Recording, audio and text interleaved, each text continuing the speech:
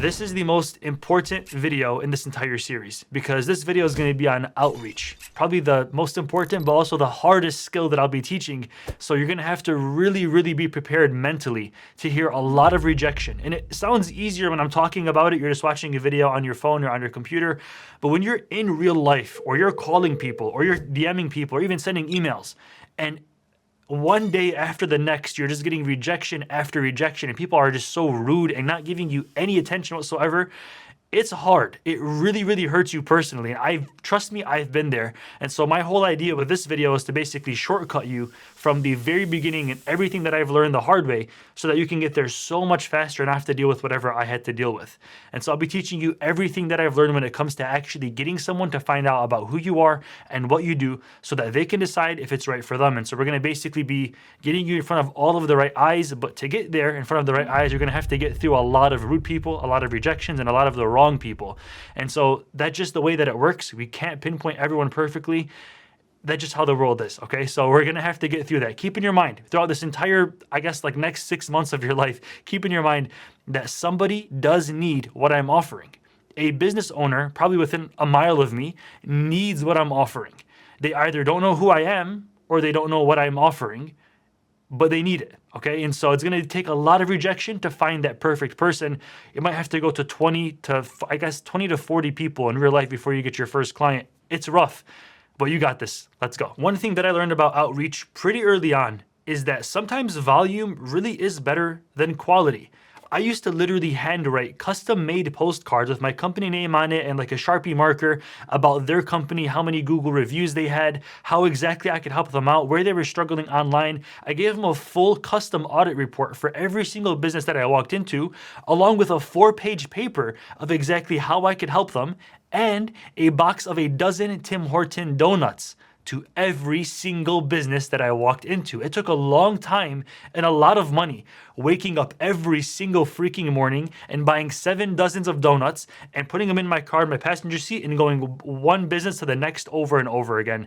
And guess what? Nearly all of that went to waste. I only got one sale after spending hundreds of dollars and countless hours trying to do that sort of outreach. And so it's a lot more effective to pitch, I'd say 20 businesses in one day than 5 targeted businesses in one day. It takes less time, it drains you a lot less mentally, and honestly, it makes you look a lot less needy. When you walk into a business saying like, hey, I'm so excited to be here. Here's a box of donuts. Here's this for free. Do you guys want coffee? Can I get you guys anything? So I do marketing.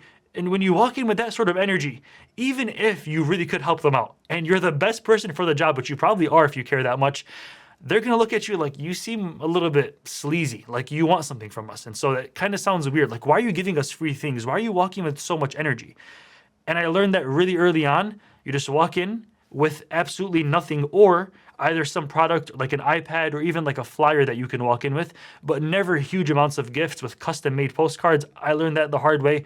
Hit more places than less. It's always more worth it. Another thing that I learned is that, look, I used to never actually wear professional or even casual types of clothing, probably my entire life. If you look at any of my previous videos in the last 8 years on YouTube, I've always been wearing like a plain white t-shirt, a plain black t-shirt, or a hoodie. But now you see I'm wearing like a polo long sleeve shirt and stuff like that, a quarter zip, I guess this is called. But basically, it doesn't have to be expensive to look somewhat, I guess, respectable or I guess upkept.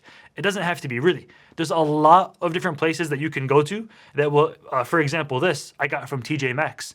You don't have to go to Polo and spend, this by the way, it costs I think $130 US to buy this shirt right over here. But at TJ Maxx it was 60, so it was over half off on like a regular day. And you can find a regular short sleeve shirt that's a polo for about $20 over there. So you can get really top tier name brand stuff and you don't have to spend a fortune on it. There's actually no need to do that at all. Especially if it's a business expense, you don't have to go and buy the best of the best stuff. You're just going to look somewhat respectable and presentable so that you can close your sale. And so that's what I'd recommend getting, is at least a couple of shirts, some khaki pants, and there's a long list on screen right over here of all the places that you can do that, not only in person, but also online. For instance, a favorite of mine online is called Banana Republic Factory. And so you can get really, really good stuff there for an extremely cheap price. So check out any of these pages based on which country you live in or whichever state you live in. And you can either go there in person or get some good clothing online. So you can go start going either door to door, or you can use this for the sales process, which we'll talk about in the next video. But make sure that you're at least somewhat upkept and looking pretty professional. So there are different methods of doing outreach. So there's door to door, which is my absolute favorite. I never thought that it would be. I was always scared to take my first step outside of my house to go to a business. But when I actually did, after failing at doing every other method, I realized that this was the most effective thing to possibly do. And so a lot of you are going to say, no, I'm good. I'll just stay inside my house. But I really, really urge you to try doing door to door. I'll teach you everything about it in this video, but don't shut that out just yet. Leaving your house and walking into a business is way more effective than calling, DMing, or even emailing them. I just have to put that out there. The other options, of course, are cold calling, which is, believe it or not, really tough. A lot of hangups, a lot of people telling you no right away. And then you also have emailing and cold DM over Instagram. So the main goal when you're doing any of these outreach methods is to aim for the appointment or aim for a decision maker, but never aim for the sale on your first attempt. You're not selling anything on the spot. You're just talking to someone that might be interested in seeing what you have to offer so that you can see if you can actually help their business. And then you can talk about pricing and profit and everything else after that. But make sure that your intention isn't, I'm walking in here so that you can pay me money. It's, I'm walking in here to see if I could help you and if you guys are receptive to me helping you. That's the whole idea. And people can actually feel that. If they have the vibe or the energy that you're walking in here like you're trying to sell them something, they're going to kick you out so fast. Every single business gets sales reps walking in. Make sure that you don't feel like you are one. Remember, people buy based off of emotion. Talk about their pain points and talk about how you could actually help them before you start talking about your features and how cool your software is and all the marketing SMS ways that you can bring them in more Google reviews and business and Google SEO. Don't talk about any of the technicalities or the features just yet. Instead, talk about the pain points and what that actually means from them. So you're going to have to actually put your mind in the same mind frame that a business owner or a business manager would have, which is how much business are we getting, right? How much revenue are we pulling in on a day-to-day basis? And how can we increase that number? Basically, it's really, really simple. They're just thinking in terms of numbers always. And so if you can show them that, hey, I have methods of getting more people to walk in those doors every single day that you probably haven't tried yet. Do you guys just post on social media? Instead, we do something different for you that could actually bring more business in and increase your revenue every single month going forward. And so that's how you kind of want to make your mind frame before you actually do start walking or doing any of these cold calling methods, so that you're selling, I guess the term online is to sell the hole, not the drill, or to sell the sizzle, not the steak. You basically want to sell the outcome and never the feature or the product that you're actually selling them, right? Just to give you one example, an airline will never ever sell you that it's going to be a rough flight. And you're going to have to sit in the same chair for the next 7 or 8 hours of your life. But they will sell you the idea that you're going to end up on a beach, drinking the coolest drinks and having the best food and have the best weather and all that stuff. They will sell you on that. And so if you're trying to go to Hawaii, they're never going to bring up how long the flight is. They're going to bring up what happens when you actually get there. And so the same exact concept works for you when you're doing any sort of selling in any portion of your life, is that you're never going to try to sell them, these are the exact things that I offer. You instead sell them, these are the exact things that the outcome my offer will give you. So try to make sure that you're in that mind frame before anything else. So my favorite way of doing door-to-door sales is to just walk up like a regular customer and wait to be addressed. I used to walk in and start talking right away. They might be on their computer. The manager might be having a crappy day and not even like look up at you and be like, no, thank you, we're good. Instead, you just walk in like a regular customer would. You walk in and wait. And then when they get off their computer or they're not preoccupied with whatever else they're doing and they actually look at you, then you can start talking over there. And so I usually let them start talking first. I wait for them to just like address me in any way. Like, oh, are you in schedule? Are you a new client? Did you want to come in for a certain reason? Whatever they ask you, then you kind of make it a joke. Like, oh, I'm not even an actual client yet. I wanted to come bring you guys this. I usually hand them a flyer or I start talking about something that I can actually show them that's tangible. And so in your case, I might show them their Google business profile page, which is you can just do on your phone or on your iPad, for instance. Makes you look a little more professional if you have an iPad. And you can walk in and say, oh, I'm not even in schedule. I came to talk to the manager about taking down this 1-star review you guys had on Google from this person's name. And then go into either how you could remove it or how you could bury it with more 5-star Google reviews. And so when you come off with that expression, you're not selling them anything. You just want to talk to a manager about taking off a negative Google review that they have. And then they're thinking like, oh, like I've seen that Google review. The person's making fun of me, or the person's talking bad about the business. And so they'll usually grab you a manager, or they'll at least be concerned enough to say, oh, so what is it that you guys do exactly? So can you take down Google reviews? Just start the conversation there. There are ways, like I mentioned in the last video, of taking down Google reviews, but we'll be totally honest, it's never ever guaranteed. I never tell my clients it's guaranteed, because it's really not. They won't be happy to find out that it's not later on. And so you could just go into a longer conversation and ask them questions about, well, no, we either typically try taking them down. Of course, it's always up to Google to take it down at the end of the day, but we usually submit a really deep ticket to get it pulled down better than most people could do. Or instead, what we do is we get a lot of 5-star Google reviews, so that this 1-star is buried so low that most people don't even end up seeing it, and you guys still look like you're doing great online. Something of that nature. Make sure that you're talking to either one, a person that's a manager or a decision maker at that business, or two, that you're going to eventually get an appointment with that person. And so sometimes they're not really down to talk at that exact moment. If they're busy, if they have clients, if there's a waiting room, if there's staff that's like working super hard, I'll be honest, you're not going to walk in and sell right away. Okay. The hard reality of it is that once you show them that, hey, I'm here to bring value, and then they think, okay, we actually could possibly use that. We'll talk about this at a later time. Or if you can wait a few minutes, we'll talk to the manager once we finish up on these last few clients. And so it could go either one of two ways. Or they can tell you, no, thanks. We're good. Nope, no thanks. And then just like walk away. If they tell you that, honestly, it's no problem at all. Just smile and keep on moving. So many times that third option has actually happened to me, and they were super, super rude about it when I really could have helped that business out. And I end up working with their competitors down the street and destroying them on Google by basically ranking way higher above them, and they get pushed down lower down the ranking. And so it's honestly their fault that I came up very humbly, and they were like shooing me off and being super rude about it. So don't let that hurt you. But the first two options are always the basic main goal that you're trying to go for. Either I'll come back and talk to the manager. The manager, if you can give me the manager's phone number, I will call them. Or they can take my phone number down, which is probably the least most effective one there, because they're probably not going to really ever call you back. That's just how sales works. And so sometimes you'll also hear, oh, can we get your email? Or here, take our email, and then just email us whatever you guys can do for us. They're not going to answer your email. I've tried this so many times with tens of emails. No one ever actually got back to me over email follow-ups. It just goes to their spam folder. They never actually end up opening it. And once you're there in the flesh, in person, that's the highest chance that you have. And so you can just tell them right away. Like if they try pushing you off or making any sort of lame excuse, you could say, oh, if you guys don't mind, I typically don't, follow back up over email, because most people don't even really answer it. But if you can tell me, like, if this doesn't mean too much to you guys, I don't have to keep on going forward, or like we don't have to work on this anymore. If it's basically push away and tell them, like, look, if this isn't right for you guys, or you're not really worried about these Google reviews, or you're not worried about getting more clients, it's also totally fine. And then just see how they react to it. If they're like, yeah, we're honestly good, we have someone for marketing, it's okay, thank you. They keep trying to like push you away. These guys you don't want to work with. I'll be totally honest, and there's a lot more of them than you think. And so it could go any of those possible ways. The best of the two options, but you should always keep your intention for, is, sure, I'll wait for a manager, 20 minutes, no problem. Or give me the manager's number, and then I'll call them a little bit later today, and we'll talk more about it. Or something of that nature, so you can actually get in with them as soon as possible. And then after all of that, you go on to the next business over and over and over, and just forget the first one even happened.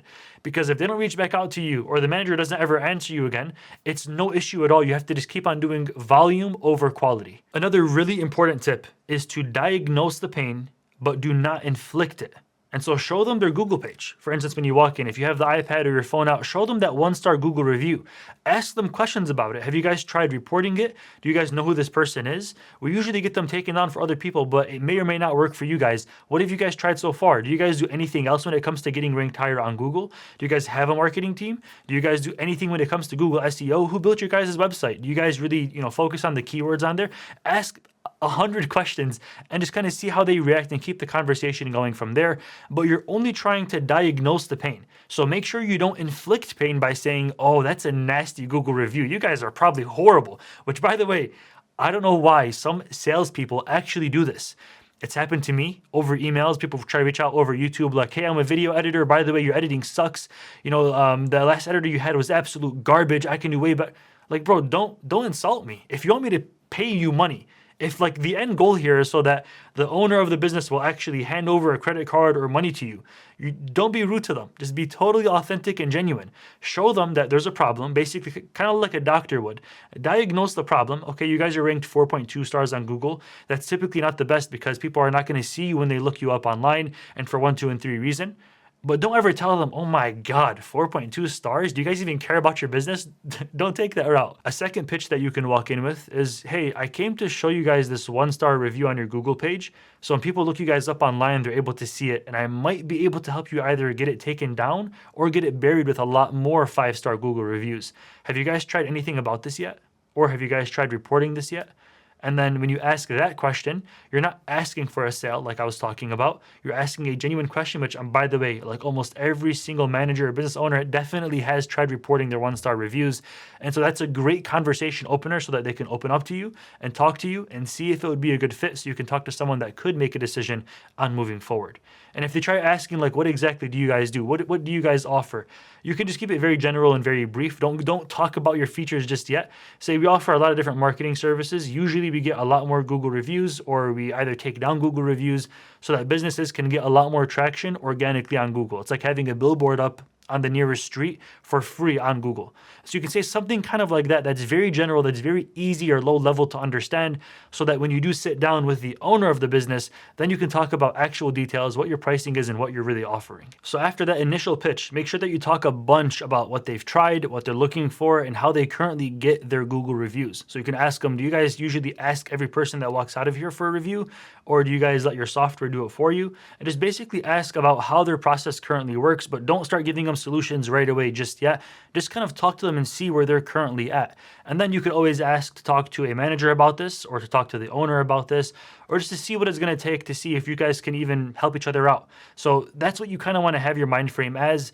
If you have to come back tomorrow for a meeting or set an exact specific time when the manager will be in tomorrow, that also definitely works too. The positive of this is that the manager is actually expecting you. And so now when you walk in tomorrow at 4 p.m., for instance, you can walk in, prepare to talk to the manager, and then you can take control of the meeting there, which we'll talk about in the next video. Try to also be dynamic in your pitch, because some businesses might not have any 1-star Google reviews. You might have to even talk about other pain points. Like if I look up niche name near me or in the city near me, how far down do you guys rank on Google? Do I have to press on the show more button? By the way, Google only shows 3 places when you look that up. Then you have to press on show more and then scroll, which by the way, nobody actually does unless they're really looking for a good solution and they're doing a lot of homework, which is rare.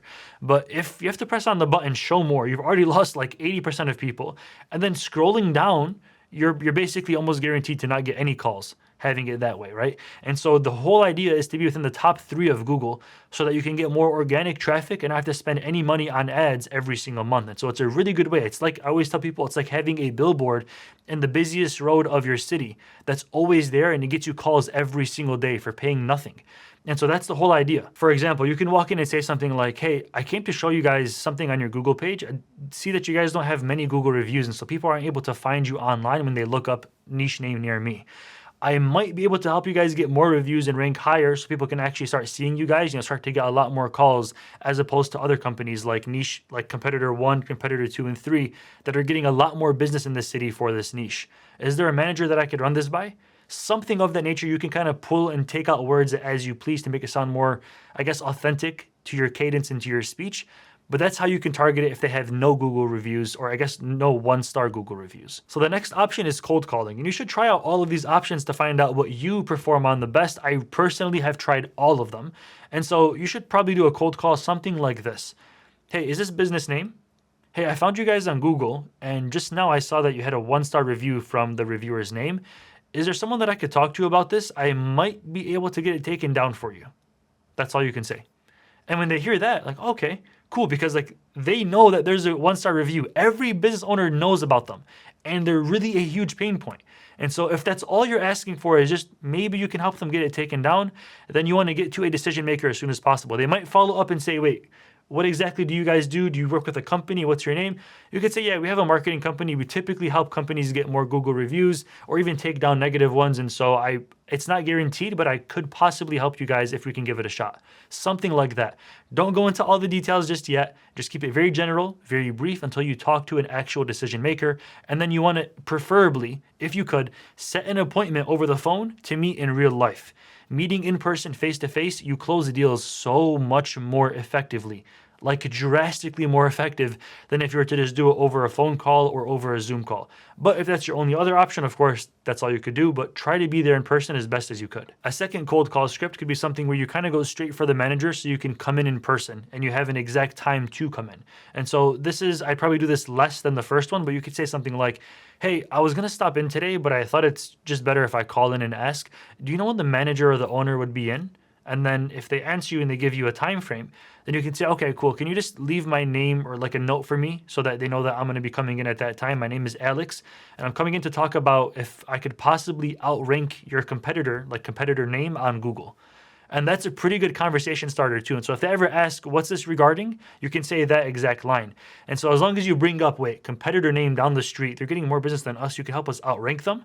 That's a really good, interesting take to have so that they can want to speak to you more. So if they say, yeah, sure, they'll be in tomorrow, but what's this regarding? You can say, well, I was going to come in and talk to the manager about outranking competitor name on Google.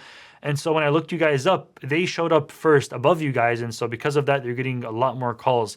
I just thought I might be able to help. So I wanted to see if there was a good time that I can swing by. Is it cool if I show this to you, or is it better just to talk to the manager? You can say questions like that. Make sure you're always ending on a question so you're still conversational, and then try to get them to at least make your introduction a little bit more warm. So you can have them ask them to write your name down on a note or something like that, like Alex will be in here tomorrow at 4 p.m. or to call Alex at this number, just anything so that you're not a cold lead. When you walk in, they're kind of expecting you and they can make a decision better at that time. If they have no one-star reviews, you could say something like, hey, I was looking you guys up on Google just now, but I saw a competitor name show up first. I might be able to help you guys get this fixed so that you're showing up on top of them. Do you know when the manager is going to be in, just so I can run this by them to see if it'd work for you guys? And then you're just basically asking to talk to the manager. If you're speaking already to the manager, you can go into asking them, oh, okay, so this is what I found. You guys are ranked number 5 on Google. I might be able to help you guys outrank company name 1, 2, and 3. Have you guys tried anything like this before in the past? Have you guys tried marketing on Google in any way, shape, or form? Ask questions, don't sell them on that first call, and try to get a second meeting where you actually could go into the call to close. But don't sell them right there on the phone. They'll ask you, what do you do? What's your pricing? Who are you guys with?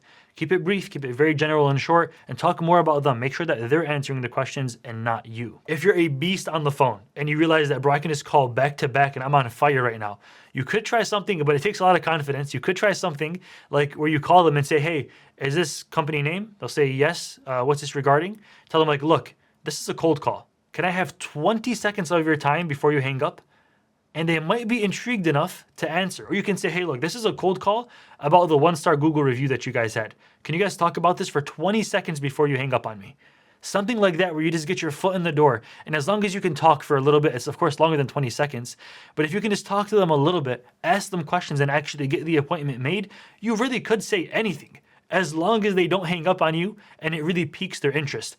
Just beware, a lot of businesses do get busy. So call them either right when they wake or right when they're opened up, not right when they wake up, but right when they're open so they're not as busy and they actually have more patience and energy to actually speak to you. This also goes for door-to-door or basically any other outreach method, but just make sure it's not like midday when they're super busy, because they're not going to have any time to speak to you either in real life or over the phone. I usually just start going door-to-door at around 9 a.m. And so that's when most places start opening up, and that's when I'm right there, right inside of their business. For a cold DM, you could say something like, hey, I was looking up niche type near me online, and then competitor name showed up first.